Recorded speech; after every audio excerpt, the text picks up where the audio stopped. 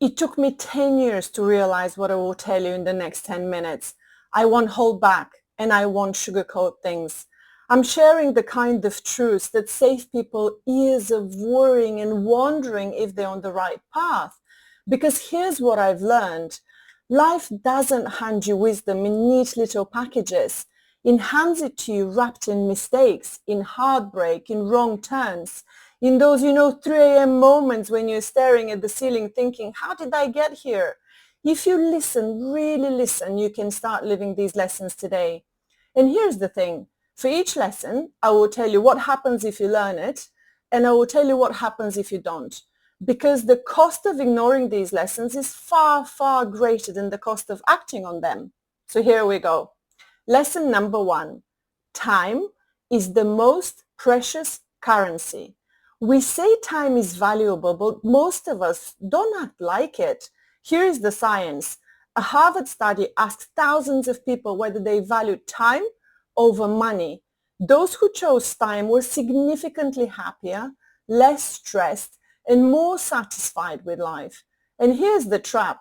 We act as though we have an unlimited balance of time in our life account. We keep saying later. Later I'll take that trip. Later I'll start that passion project. Later I'll spend more time with the kids. But later really is a moving target. A friend of mine used to talk about taking his dad to the Grand Canyon. It was their shared dream, but he kept postponing it. Work deadlines, bills, the right season. His dad passed away before they could go. That trip never happened. And here's the real life application. Here's what I would do now. I treat my calendar like my wallet. Before I put in work meetings, before errands, I block out time for the things that make me feel alive. My health, my loved ones, and the things or activities that bring me joy. Because if it's not on the calendar, it doesn't happen. If you ignore this lesson, you know what's going to happen. One day you look back and realize your life was full of urgent things, but empty of important things. And the worst part, you can't get those moments back. Okay, let's move on to lesson number 2. Lesson number 2 is this. Your health is your real wealth. When you're young, you think health is just there. We really do take it for granted. Everyone does. But over time, you realize your body is the vehicle for everything you want to experience.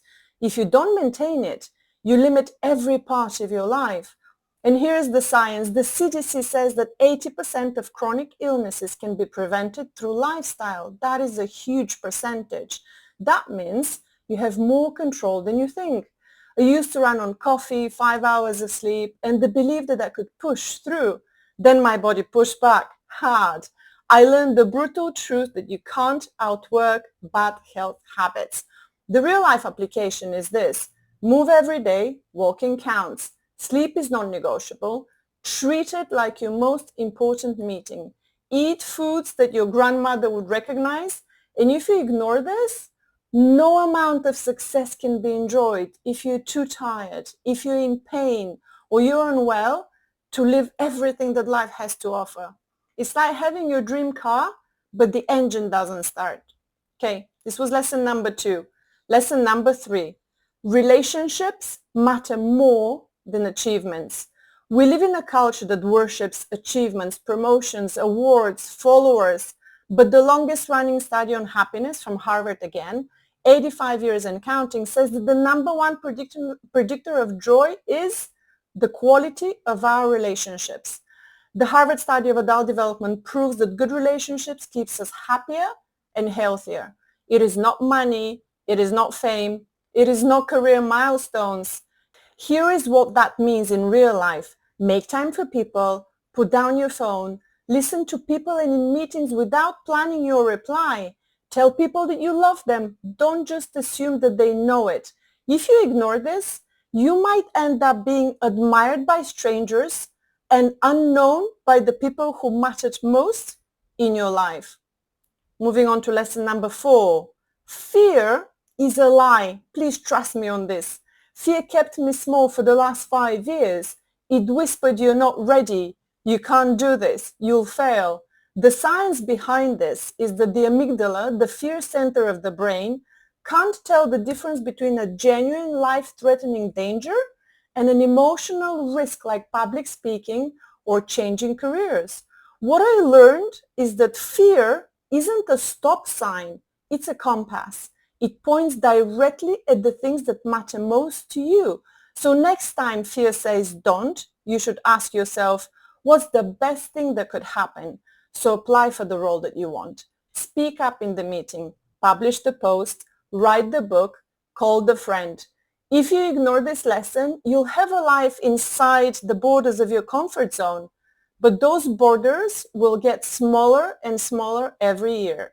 Lesson number 5, progress beats perfection. Waiting for perfect actually costs us a lot in terms of lost opportunities. I spent years getting ready for projects, for goals, for dreams that never launched because they weren't perfect. The science behind this says that perfectionism is linked to procrastination and anxiety. The longer you wait for perfect, the less likely you are to start at all. You know, my first online course was really, really messy. The videos were awkward, the slides were basic, but it helped people. And that's how I learned to make it better. So the real life application here is this. Start before you're ready. Launch version 1 of yourself and your projects and your dreams. Just start. Then learn, improve, repeat. If you ignore this, your ideas will stay locked in your mind and the world will never benefit from them. Lesson number 6. Your mindset shapes your reality. Your brain is listening to every word you say to yourself. I can't stress how important this is. Every thought that crosses our minds impacts our life's trajectory. The science behind this is this. Dr. Carl Dweck's work on growth mindset shows that believing you can improve literally changes your brain's wiring, making you more resilient and adaptable. So the real life application is this. Add yet to every time you say, I can't do this, and see problems as puzzles you will solve. Seek feedback from people, not validation. If you ignore this lesson, challenges will always feel like proof that you're not good enough, instead of proof that you are growing as a person. Lesson number 7, your dreams are waiting for you to start. A Cornell study found that 76% of people's biggest regrets were about things that they didn't do. No one is coming to hand you your dream life. You have to claim it. Book the ticket, write the first page, send the message, start now. Even if it's messy, even if it's small.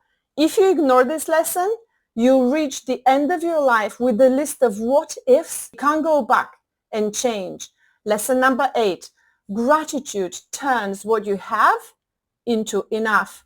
Research from the University of California found that people who regularly practice gratitude have stronger immune systems, better sleep, and are more optimistic. During one of the most difficult years of my life, I started writing down 3 things that I was grateful for every night. Some nights, it was as small as a good cup of coffee or a call from a friend. That small act shifted my focus from what I lacked to what I already had. So start a daily gratitude habit. Write it down, say it out loud, or share it with someone. If you ignore this lesson, you'll always be chasing more money, more success, more things, and you never feel satisfied. Lesson number 9, give more than you take. Studies from Wharton in the US show that people who give, whether it's time, expertise, or support, build stronger networks, they're more trusted, and even achieve more in the long run. So mentor somebody, share your knowledge, and very importantly, help without expecting anything in return.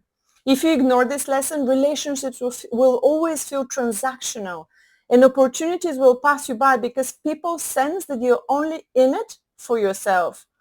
Lesson number 10, very important, learn to let go. I wish I'd learned this sooner. Psychologists say that rumination, when we replay past mistakes, is strongly linked to anxiety and depression. Forgive yourself and forgive others. Accept what you can't change and put your energy in what you can change. If you ignore this lesson, you'll stay stuck in the past, carrying a weight that makes it impossible to move forward and be content in life. This is my 10-year summary gift. It took me 10 years to learn these lessons, but you can start living them today. 10 years from now, you can look back on this moment and say, that's when everything changed. Or you can look back and wonder what might have happened if you had just started. Don't wait. Not for more time, not for more confidence, not for anyone's permission. Your life is now. Choose it. And if you tend to overthink, watch this next. How to Stop Overthinking. Thanks for watching, and I'll see you there.